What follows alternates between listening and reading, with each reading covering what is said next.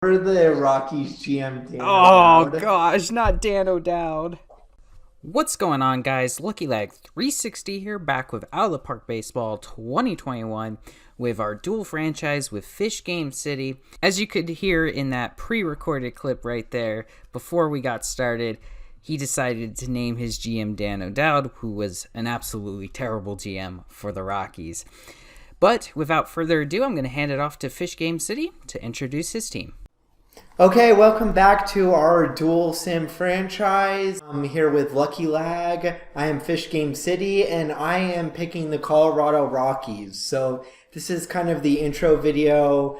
Last episode you saw the Giants intro, kind of going over the team, what to expect, and kind of some high-level goals about what to expect from this series. So I will be playing as the Colorado Rockies.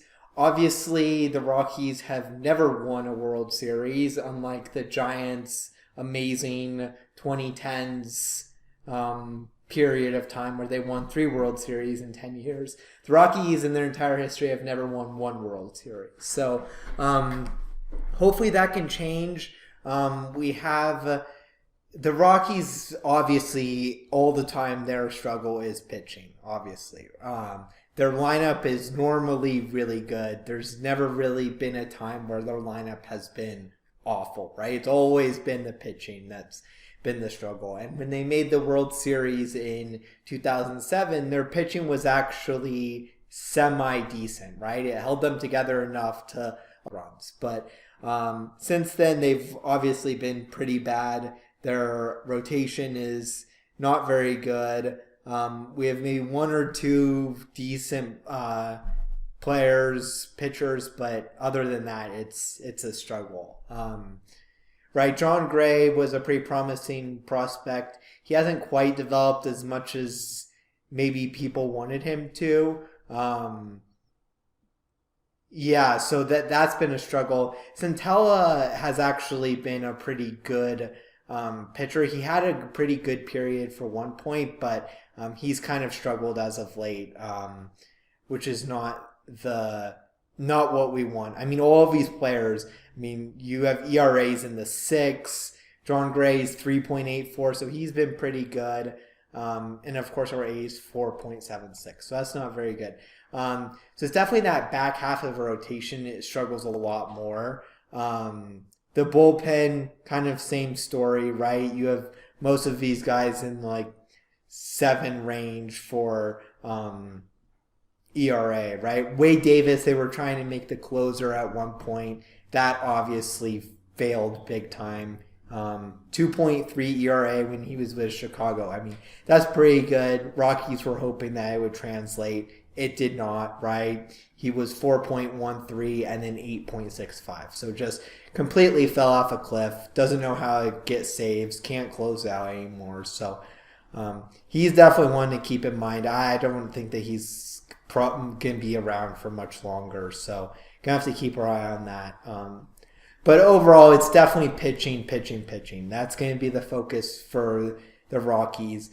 I don't think that we're going to be in contention this season. I think it's going to require a little bit of a rebuild, similar to the Giants and what Lucky Lag is going to be focusing on. So that's kind of where we are with this. Of course, we have Charlie Blackmon, one of our great outfielders. Definitely knows how to hit for contact and power. Definitely potentially a trade potential there. Get some nice young prospects. Arenado, of course, recently had kind of tension with the front office in the Rockies. So that might also be a good trade potential. I mean, it depends on what kind of pieces we can get for him. But his contract also, I believe, has a player opt out after a 2021 season. So we only technically have him guaranteed for 1 more season. So that also raises the question, like, do we want to move Nolan Arenado, get some nice young prospects? Because the potential for that opt-out clause, I'd say, is pretty high, right? Rockies aren't going to be containing anytime soon. As a player, of course, you want to win the World Series. So I see Nolan Arenado wanting to go to a team that can actually contend. So that might be a potential trade potential. Trevor Story. Trevor Story is a little bit younger, just by a little bit, but he's a little bit of a younger player. He might be one to kind of try to build around a little bit. We're going to have to see how that plays out. But he's definitely has some potential.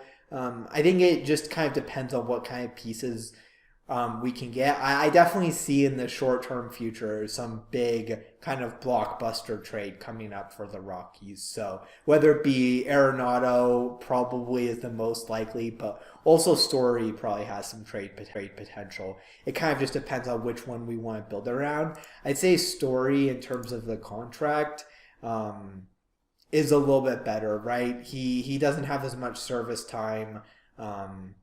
And so we might be able to get him to a nice long contract and kind of build around Story, which would be pretty good. So then you have Murphy, just a solid first baseman. David Dahl, he's also one that could potentially be trade potential. He definitely hits for quite a bit, but definitely the goal with this is going to be to take some of these great hitters and try to convert it into pitching, right? Get some nice young pitchers, get a lot of potential, and kind of try to build up our minor league system around having really good pitching. So that's going to kind of be the goal. We're going to see if we can achieve it. Of course, the Rockies have never proven themselves as world contenders, so hopefully we can make that a reality, but only time will tell. So be sure to stay tuned for the next episode, and we'll have more Giants and Rockies coming soon in a Duel Sim franchise. Thanks everyone for watching. Thanks so much for watching, guys. Hope you guys enjoyed. Be sure to like and subscribe if you haven't already, and we'll see you guys next episode.